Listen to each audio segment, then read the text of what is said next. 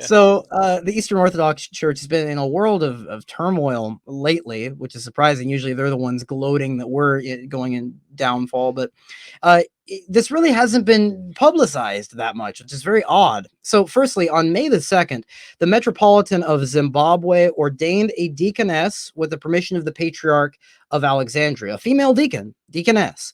And the Patriarch of Alexandria, he's not that's not a small deal. That's not just some random bishop. He's a part of what some people call the Pentarchy, right? Some of the main patriarchs. Here's an image of this. Again, this is approved. This is the deaconess there administering Holy Communion right there in looks like a Dalmatic there. This is in Zimbabwe, ordained a deaconess on May 2nd.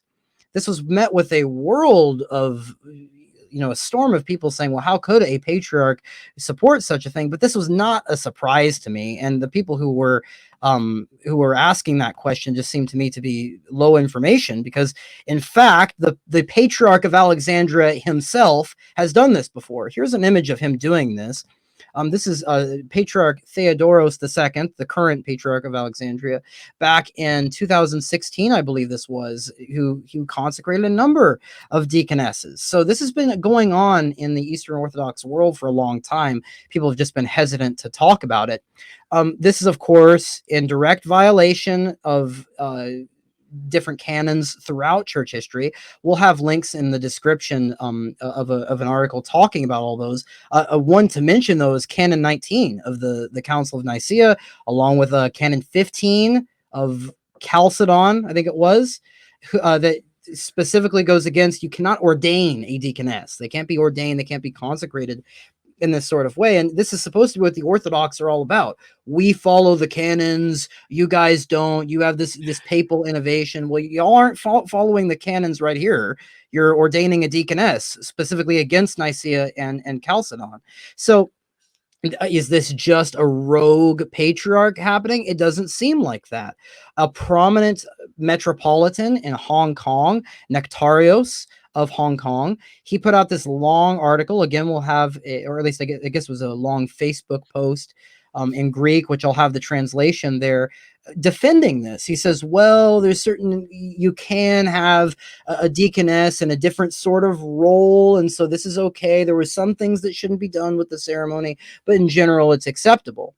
Now, to make matters worse, in the Orthodox Easter Sunday was last Sunday. We talked about that in the last show, which some Eastern Catholic churches also celebrate Sunday on that date. They use the old calendar, and it was full of ecumenism. The Orthodox Church was. Firstly, the most egregious of this example was on May the 5th, when Metropolitan Methodius of Boston brought Cardinal O'Malley in, and he brought him into the church. And during the liturgy, he said this: "The time has come for Christianity to celebrate Easter on the same day.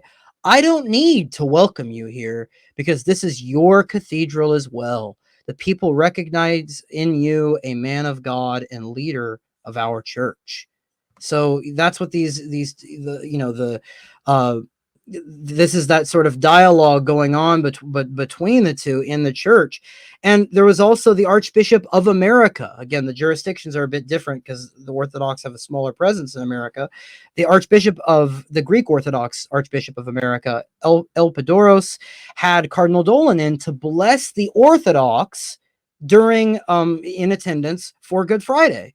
Now, you'll hear radical Orthodox people say that our priests aren't even valid. So how is Cardinal Dolan blessing people according to their tradition? Now, of course, this archbishop is, we might have covered this on the show before, famous for blessing a gay couple's surrogate children in this elaborate, very scandalous ceremony in a Greek Orthodox church. And again, not a small figure. The Greek Orthodox Archdiocese of America is by far, by 2 times, maybe even more, the largest Orthodox archdiocese in America. So it's not just the Catholic Church. And this shows and teaches us a lesson. The Catholic Church is the queen of all churches. Everything comes back to her. And I'm not saying the Eastern Orthodox churches are legitimate churches. I'm saying Eastern churches and Western churches.